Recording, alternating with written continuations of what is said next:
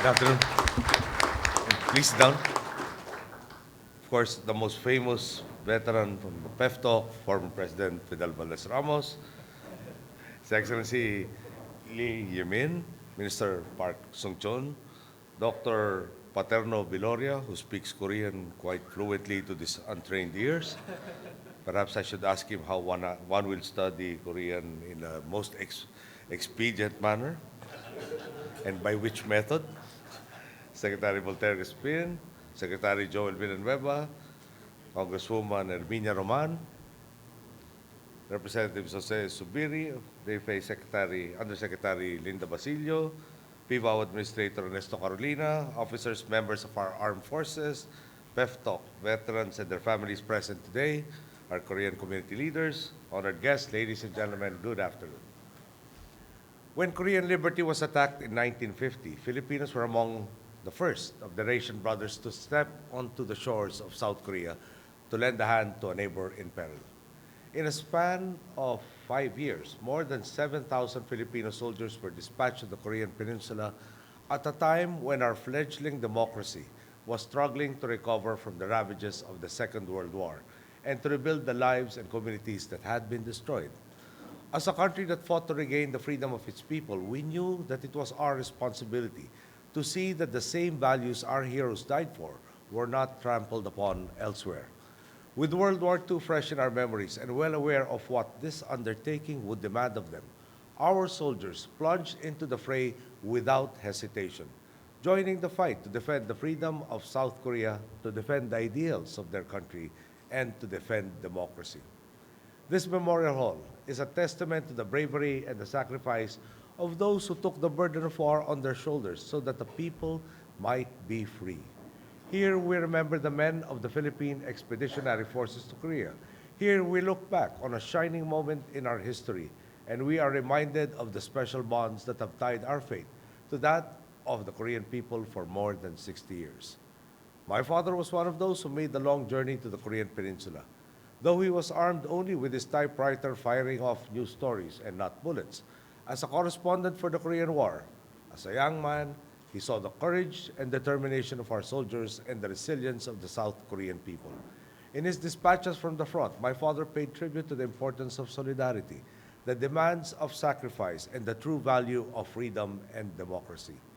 He would return from the war and embark on a political career with those lessons in the back of his mind. They became the strongest weapons he had when he learned what it meant to fight for freedom. In a time of peace, when my father opposed a dictatorship that kept the Philippines in darkness for more than 20 years, it was out of a desire to stand in solidarity with the Filipino people and out of a desire to safeguard the democracy of our country. When I think of my father, I am reminded of another man he had the privilege of meeting, a man who lived by and upheld the same principles of democracy, a man who similarly opposed authoritarian rule despite the threat to his life, and I refer to the former President Kim Dae-jung of South Korea. They both knew that it was not enough to have independence. They knew that they could only be worthy of the sacrifice that so many men made during the Korean War if they fought for and gained true freedom for all their countrymen. Many of you may be familiar with the simple sentence attributed to my father, and I quote, "The Filipino is worth dying for," close quote. I believe His Excellency, former President Kim Dae-jung, thought the same of his people. Though we may be divided by distance, by language, and by culture, the Philippines and the Republic of Korea share a similar history. We surpassed the hurdles that our early democracy presented. We survived and learned from a brief encounter with authoritarianism. And from these experiences, we stand today as more mature democracies committed to the development of our peoples. It is because of men like my father and Kim Dae-jung and the thousands who fought in the Korean War. It is because of the trials and achievements of the past that our countries have grown to where we are today. We stand on the shoulders of giants, and we have only the privilege and the responsibility of building on the foundations they have laid down. The difference now is that instead of winning a war, we are tasked with winning the peace. We have gained our democracy now. We must live up to it. A peaceful society is a must if we truly want to develop this country, and maintaining peace sits at the very core of all of our efforts to ensure that the benefits of democracy are felt by each and every one of our people. I believe this is a goal shared by the Republic of Korea, knowing as we do what it means to have our freedom threatened by oppressive forces. Today, however, our efforts are aimed not just towards the security of our people. In the Philippines, for example, the greatest battles we are fighting are battles against the entrenched culture of corruption, impunity, and apathy that has worked its way to our government and our society. We are also fighting to free our countrymen not from oppressors, but from the shackles of poverty. By ensuring that our people have access to social services and quality health and education, by leveling the playing field for business, and by weeding out corruption in government and improving the quality of public service. This is a fight that never ends. So long as some of our countrymen experience hunger or a lack of education or access to proper health care, we will continue fighting. The famous military motto goes, "No man left behind," and this is what characterizes our efforts, whether in war 60 years ago or today, as we tread this path to progress. With friends like the Republic of Korea, we in government have found it easier to win the peace for our people. The camaraderie that was first formed between Korean and Filipino soldiers laid the foundations for what is now a thriving friendship between our two countries. And in the same way that Filipino soldiers assisted in the defense of your democracy, so too has your country displayed an extraordinary capacity to share. Last year, the Republic of Korea was the Philippines' fifth largest trading partner, with total bilateral trade recorded at $6.59 billion. I think there's a discrepancy in our figures, Excellency. We will have to check with the Department of Trade. It seems their pencils are not as sharp as yours. And I think your figures are better than ours. You're also one of our top sources of investments for the same year, with 14.515 billion pesos coming into the country. The Philippines also has the largest Korean community in Southeast Asia, not counting the thousands of Korean tourists that visit our country. And similarly, nearly 50,000 Filipinos have found a second home in the Republic of Korea. The latest example of their generosity is actually just a few meters away. The Human Resource Development Center next door is being built through the collaboration among the Korean International Cooperation Agency, our Department of National Defense, and our Technical Education and Skills Development Authority. This center will help us in strengthening the skills of our countrymen so that they will be better equipped for employment. 2,000 trainers and school administrators will be trained with the help of TESDA and Korean consultants, developing their capabilities so that their knowledge will redound to tens of thousands more Filipinos trained and adequately prepared. For this and for all the other ways in which you have helped us for the past 6 decades, you have our undying gratitude. Not so long ago, in November of 2010, tensions in the Korean Peninsula required our working with you and other friends to ensure the safety of Filipinos in case of conflict.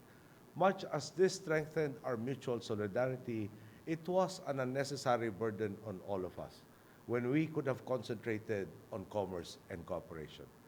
No one benefits from a return to those tension-filled days, and it is precisely out of our desire to promote the well-being of all our peoples, Korean and Filipino alike, that we express today our grave concerns over the Democratic People's Republic of Korea's plans to launch what it claims as an Earth observation satellite, but is widely believed to be a long-range ballistic missile test between April 12 and 16. The use of ballistic missile technology in any launch violates UN Security Council resolutions, and it presents risks to all concerned. It increases tensions, particularly in the period of uncertainty leading up to the launch, where no one is exactly sure of the trajectory of the missile. Similarly, debris from the launch may potentially land in our territory. This is needless provocation not only in the Korean Peninsula, but in our entire region. It is with our respective peoples in mind that we urge again the Democratic People's Republic of Korea not to proceed with its planned launch. We must work with each other in the spirit of cooperation and with the goal of mutual success, stability, peace, and prosperity in our region. And this requires all of us to continue to engage with each other and the larger international community in ways that build confidence. The way forward is for the DPRK to engage the international community and return to actions that promote confidence building amongst its neighbors. The 63 years of relations that the Republic of the Philippines and the Republic of Korea have shared show us just how much we can achieve when we work together, united under the ideals of democracy, and we are indeed succeeding.